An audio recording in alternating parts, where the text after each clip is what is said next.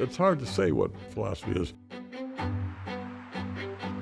Somebody, I've forgotten who, defined it as just thinking exceptionally hard.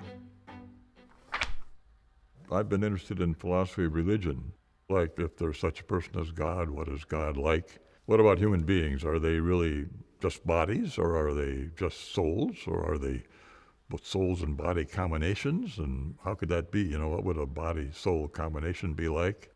These are just questions that human beings think about or are inclined to think about, I don't know, just by nature.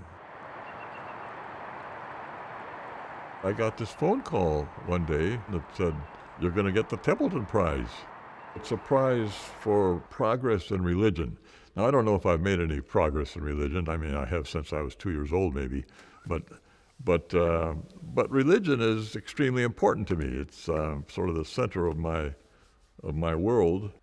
One's Christian commitments, in particular one's belief in God, ought to be integrated into one's whole body of belief. It's not just something separate, like going to church on Sunday might be separate from what you do the rest of the week. Rather, it's a central part of your whole intellectual structure. In fact, the basis of it, I was thinking. So in that way, to be integral is to have the belief in God not separate from your other beliefs, but sort of integrated into them and perhaps the basis of them.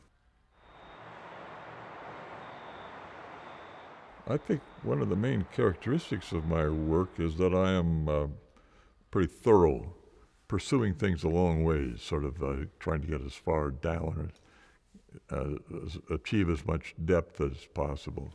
Other philosophers who aren't thorough, but they're hit and miss, but they're very inspiring. I doubt if I'm very inspiring. I'm just more thorough. But thoroughness is a virtue, too.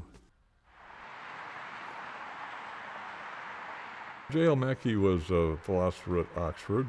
As for his philosophical objections, the main one was the problem of evil, which is a serious question for Christians. If there really is such a person as God, why are all these terrible things happening in the world, things that God presumably disapproves of, maybe things that hurt him and wound him in some ways? And why is that the case? Why would God, if he's all-powerful, he could stop it?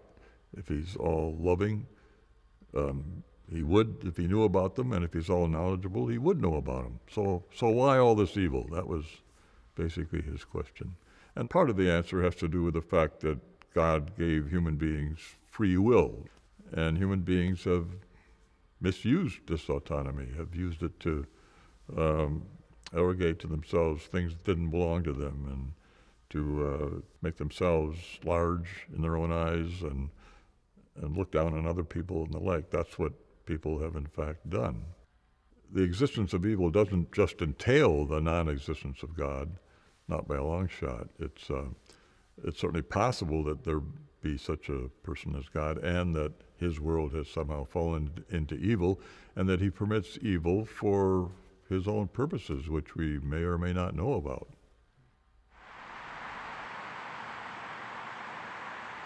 With Thomas Aquinas, you find these proofs for the existence of God.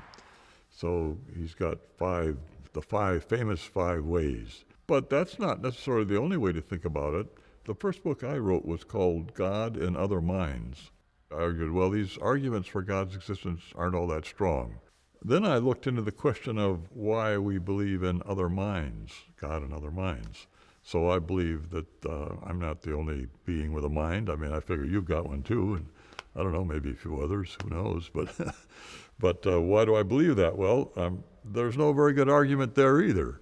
There is the so-called analogical argument for other minds, a kind of analogy between my behavior and your behavior, and since my behavior is accompanied by a mind, I might think yours is too.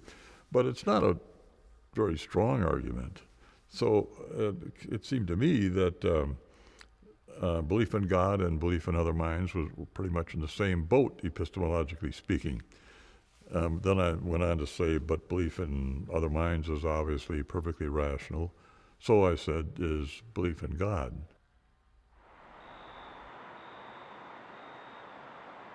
And these questions that philosophers confront have to be reconfronted in every generation. It's not like, well, we had Plato, so we could take care of everything. Everything he said, we can just set that aside. Now we can go on to something else. These questions keep reoccurring and reoccurring in different form. And I just hope Christian philosophers continue. I hope there continue to be lots of Christian philosophers, and I hope they continue to work seriously at these problems.